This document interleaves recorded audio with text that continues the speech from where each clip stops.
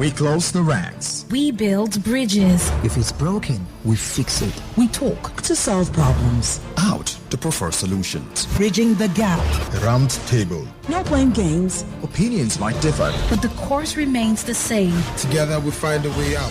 Join us on Bridging the Gap every Tuesdays from 11 a.m. to 12 p.m. Only on Invicta 98.9 FM. Bridging the Gap. Let's fix it. Hello, good morning to you today. Welcome to Bridging the Gap. This is where Nigerians decide. This is where we make it straight. Now, this is Citizens Lounge, maybe an AKA for it. My name is Citizen Didam, the voice Laah, and today we will be discussing and also analyzing the 100 days in office of the second term of His Excellency Governor Nasir Ahmad El-Rufai as the Executive Governor of Kaduna State. He had that 100 days in office on Saturday, the 7th of September 2019, counting from May 29. We'll be looking at how far he has come as a government, as a people, and as an administration. So that we'll be discussing today with three different gentlemen, one of which is Yusuf Goje. He is the convener, coalition of Association for Leadership, Peace, Empowerment and Development, CALPED. And we also have with us Comrade Bako Abdul Osman. He is National President, Campaign for Democracy, CD. We also have Honorable Malachy Nathaniel. He is a former aspirant into the State House of Assembly from Kagarko constituency. He will be also talking with us today. Now, as citizens, I think at this point we should make it very clear that you cannot even fix the issue of a nation or a state within 10 years. But what we want to do today is to hold government accountable to what they say before coming into office. Are they doing what they say they would do before coming into office? The promises they made at that period, people-friendly? Is it development-friendly? Now also, have they started doing the things they say they would do, or are the things they're executing out of the box as compared to what was said or what was captured when they were making commitments to the people to be given a mandate to lead? This is Bridging the Gap. We talk to solve problems and to prefer solutions. Bridging the Gap. Let's fix it. Malachy Nathaniel is a former aspirant into the State House of Assembly and to represent Kagarko State Constituency. Yeah. Malachy, glad to have you today on Bridging the Gap. Oh, so happy to be here too. Good. Thank you. Let's look at the promissory note we have about His Excellency, or from His Excellency, and let's look at his performance index so far in the 100 days. We are not expecting, let me categorically state here, that it is impossible for him to bring to bear or actualize all of those things in 100 days, but 100 days also is enough time to start. That is enough time to at least lay foundation. So where are we at the moment in respect to performance by His Excellency in accordance to his commitment? First and foremost, I will say that it's a pleasure to be here and an opportunity to speak on this program. And I will definitely want to make you understand that governance is continuum. It's a continuous process. You know, just like you rightfully said, a lot cannot just be achieved in 100 days in office, but at least we all know who El-Rufai is and his capabilities and his tendencies. A lot has been done. A lot has been done. A lot has been initiated. All right. And I feel to a large extent, if you just want to cut the 100 days in office, you could probably not be fair to him because there's a lot on his decks. And looking at from the inauguration to this point, just like you stated in your introduction, he actually outlined a lot of things he wants to do. So just like you said yesterday, MOU has been signed that a company is coming to Kaduna to transform livestock production from a culture into a business. Yeah, livestock chain infrastructure, and that will provide job, direct and indirect, close to about 50,000 people, and I think it's a boost to Kaduna State. Okay, and you talk about the maternity leave for women in civil service, and I think that is actually in the process, because that has to be in conjunction with the State House of Assembly. It's not something he can just sit on his office and just approve. And I think a whole lot in that line are coming to be. Okay, thank you, Malachy. I'll get back to you on some of the issues you raised, like would be unfair to decide to measure in 100 days.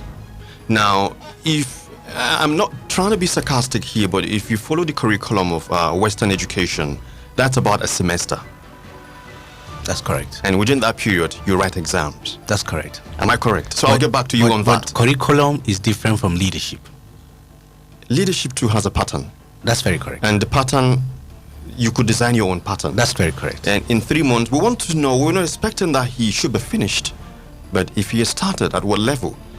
You get it? Okay. This is some M and E. We're monitoring and we're trying to evaluate, and we want to ensure accountability. As he said, so he would do. That's what we want to say. I would get back to the next person to you. That is Bako Abdul. Let me get your own take on the performance index of His Excellency so far. Bako Abdul. Yes, Didam, it's a pleasure being here, and I think I must say good morning, listeners. For me, I need to go memory lane to 2015 when His Excellency was first given the mantle of leadership. We had issues around his restoration master plan. So going by his restoration master plan in 2015, I think he was awarded by an independent monitoring group that has some indexes regarding performance. He came first in 2015, the first 100 days in office. And just to chip in also, the first 100 days recently he came first too. He came first too. Yeah, so by that judgment, and that is coming from, let me see if I still have their name, Center for International Advanced and Professional Studies. Exactly. They gave him first. And if you look at his innovations in office, his readiness in office, he always takes the bull by the horn. He lets the cat out of the bag. Look at his performance this time around within the first 100 days. I was surprised. I was thinking for civil servants that were crying for minimum wage. I thought they would be enjoying it in August, because he said first September he will be implementing the minimum wage. So those are very laudable issues that at least will cushion the effects of salary earners. And going by what is happening in the state, you will know the state is largely a salary earning state. Industries are not on board. Things are not happening outside the government coffers. So I think it's a laudable one too. And going by his urban modernization laid down, but I think we should be asking question: how far did he went in that of the 2015, the promises he made in 2015 before coming back to his 100 days in 2019, as the case may be, because there are still some gray areas that were not completed in the 2015 promises he made. So I think we should try as much as possible to then touch those things to remind him, to reawaken his consciousness, so as to get it right in this 2019. Because sometimes we, the citizens, we are liking in probing further to get a really result for what were promised. So I think by and large, I will rate him as yes, he has scored above Average. Average. Okay. Yes.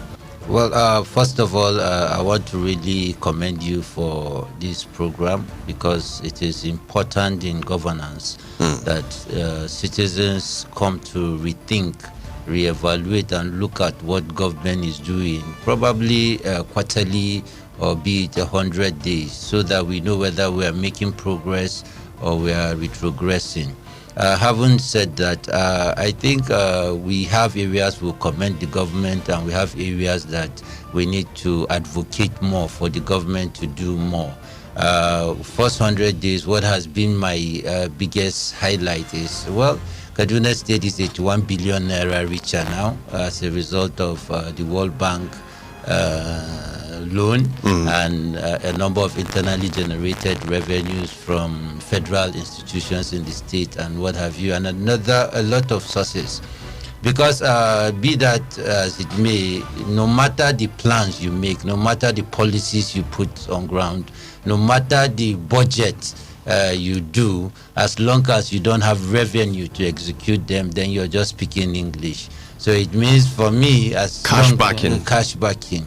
So as far as the fact that we have money, for me, it's something to celebrate. It is another for us as citizens to track how these monies are utilized. They have highlighted the urban renewal project ongoing across the state. I think this is commendable. We also saw, although I'm not in Zaria, so I don't know whether water is flowing or not, but we saw the launch of the water project in Zaria by the president himself. So we believe that by now Zaria people should have said, okay, 100 days we are celebrating something. Good. Then from our understanding of governance, you don't get reforms to work in 4 or 5 years. So we can't even begin to talk about 100 days. But again, 4 years is enough for us to begin to not just look at outputs. We've built hospitals, we've built schools, but we begin to measure some level of impact. You understand? In terms of livelihood of citizens, how are these infrastructure... Mortality rate at the end of the day. Yeah, because we have a state development plan in Kaduna State, which is to last from 2016 to 2020. And there are performance indicators. And citizens are not looking at those performance indicators to ask government to say, okay, you're doing this, you're doing that, you're doing that, but these are just means to an end. The end are those indicators that will help us measure that mortality rate, is it reducing or not? And one area we need to look at is in terms of even releases. The civil society had a quarterly forum in the health sector. And what we saw in terms of releases in the health sectors, apart from 1 or 2 critical areas, almost all other areas were zero releases and cash backing. So when you have zero releases and cash backing, then it helps you measure performance. You get. So we have these areas too that we call on government to say, yes, you are doing good in certain areas, but there are critical areas in terms of prioritization of key sectors. Releases. I'll give an instance. We are worried, some of us working around the agricultural sector, to say 100 days after the inauguration of the governor, we are yet to have a commissioner for the Ministry of Agriculture. And this is the restructured ministry. Ministry of Agriculture. And we are worried because we are signing big partnerships, MOU with foreign bodies. One was done yesterday. Agriculture. And you know, the PAMSEC is a civil servant. There's a limit to what he can do. And we know the impact it has on running governance at that level. So yes, it's a bittersweet experience. We must also understand that it is difficult to evaluate 100 days, especially if the government is continuing. It's not a new government. So if you look at even the budget called circular, the directive is that all ongoing projects must be continued before thinking of new projects. So, but do you see, regardless whether the government is new or a continuous government, one thing should be static here, that running a nation, the act of governance or the signs of it, whatever way you want to see it, should be continuous. Yeah. Regardless of your political beliefs.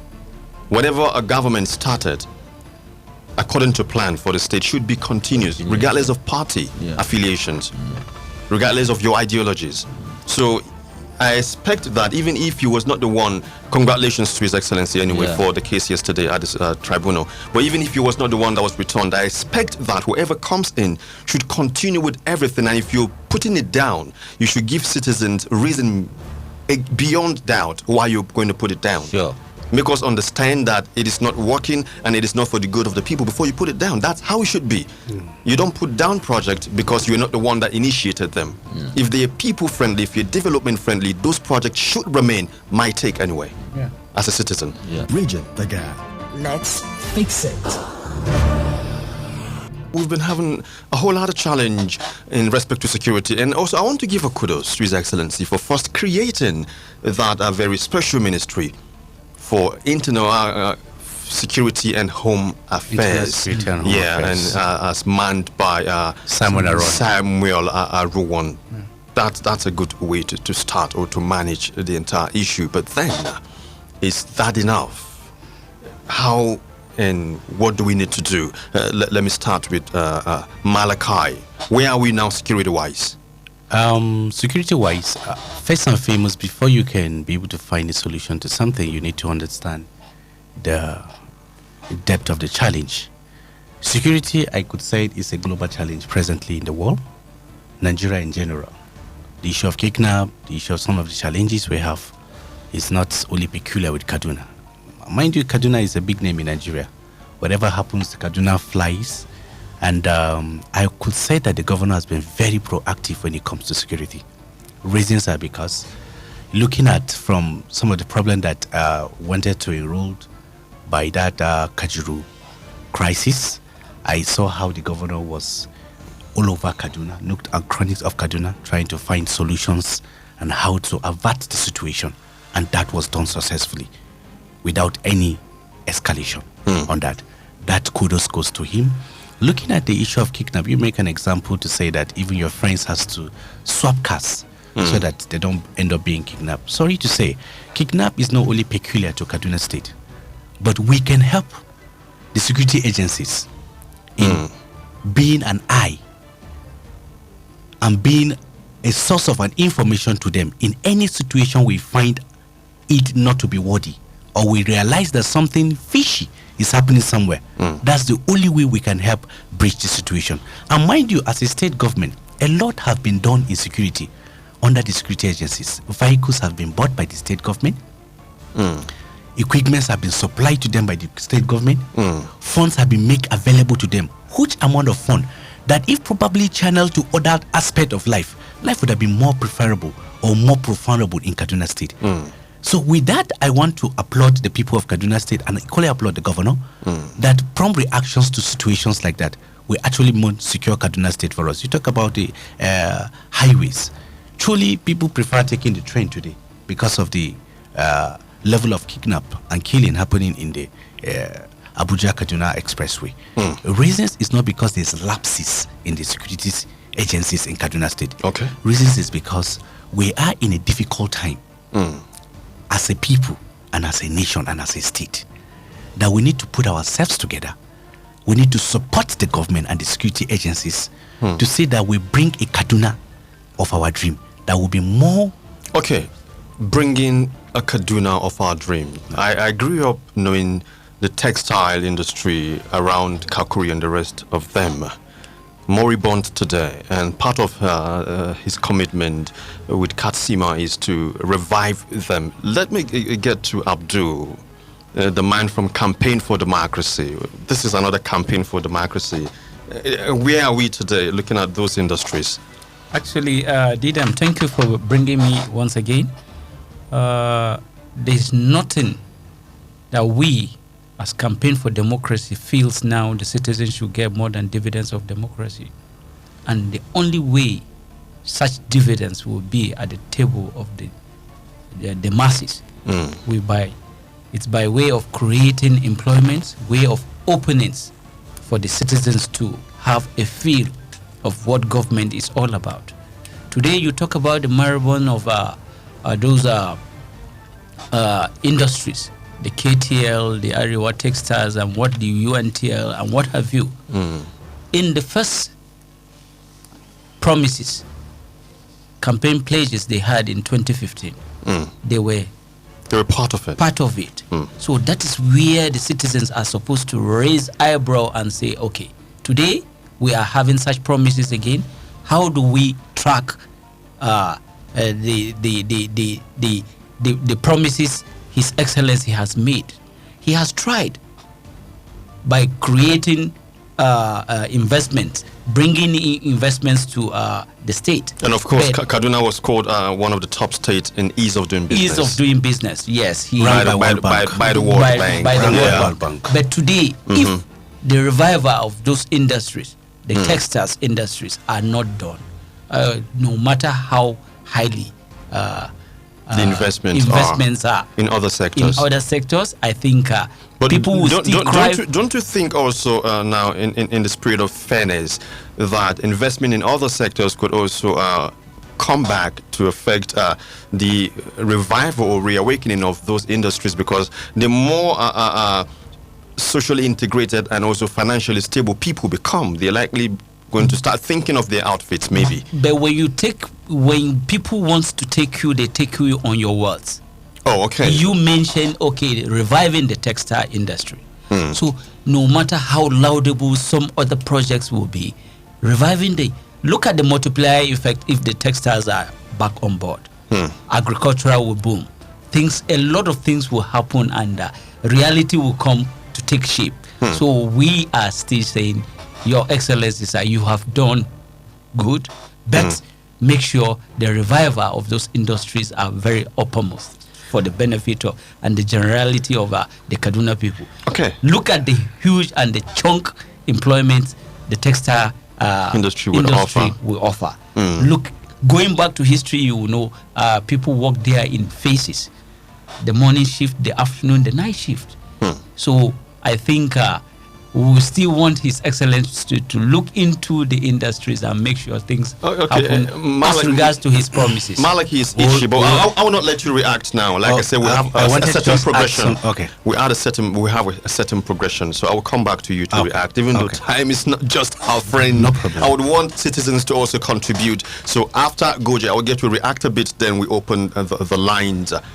Goje, he promised, if elected as governor, second term, that he will partner with Dangote to set up an automobile assembly plant with PAN, and to one part to produce Dangote trucks, and also to produce our smaller vehicles, which will help to replace tricycles within Kaduna. And tricycles, I mean what we call keke napep. Have you been following up on that? Where do you think we are? Do you have any information in respect to that? Well, I don't on that particular issue. And I know His Excellency is a social media person. I'm yet to see him make a post on that. I pay attention precisely to him because he's my governor.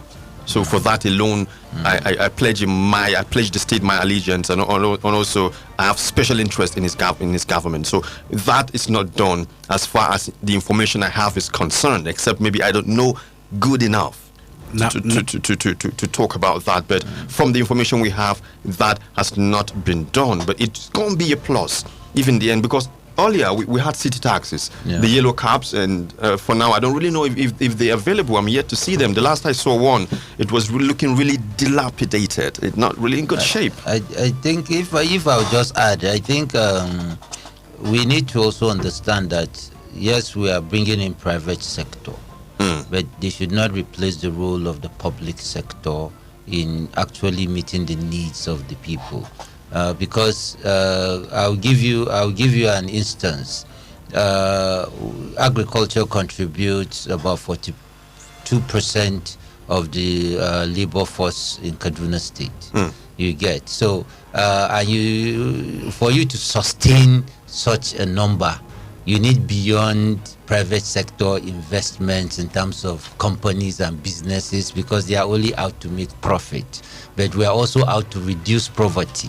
and it is critical for us as citizens. So yes, we are celebrating the coming in of big companies, but we need to see critical investment that goes to sectors that add value to the common man at the grassroots. And I will still come back to agriculture, just because the key thing for the Dangote deal is employment, you get. But again, you need to also look at what percentage agriculture contributes to our GDP in Kaduna State. So we need to see more public investment in such critical areas that reach people at the grassroots, because the more industries you have around the cities, the more rural-urban migration you're creating. And we need to see more development go to the rural sector, because 75% of our population in Kaduna State reside in rural communities. Okay, I'll get back to you on that. Time is not actually on our side. We would have to let other people contribute on our discussion today. Malachy, you're about to say something, but you would have to excuse me now. We've got bills to pay. After this bills, we'll come back, take your comment, and open the lines. This is to Bridging the Gap. We're discussing the first 100 days in office of His Excellency, the Executive Governor of Kaduna State, into his second term. Stick around. Good morning. We close the ranks. We build bridges. If it's broken, we fix it. We talk to solve problems. Out to prefer solutions. Bridging the gap. Round table. No playing games. Opinions might differ. But the course remains the same. Together we find a way out. Join us on Bridging the Gap every Tuesdays from 11 a.m. to 12 p.m. only on Invicta 98.9 FM.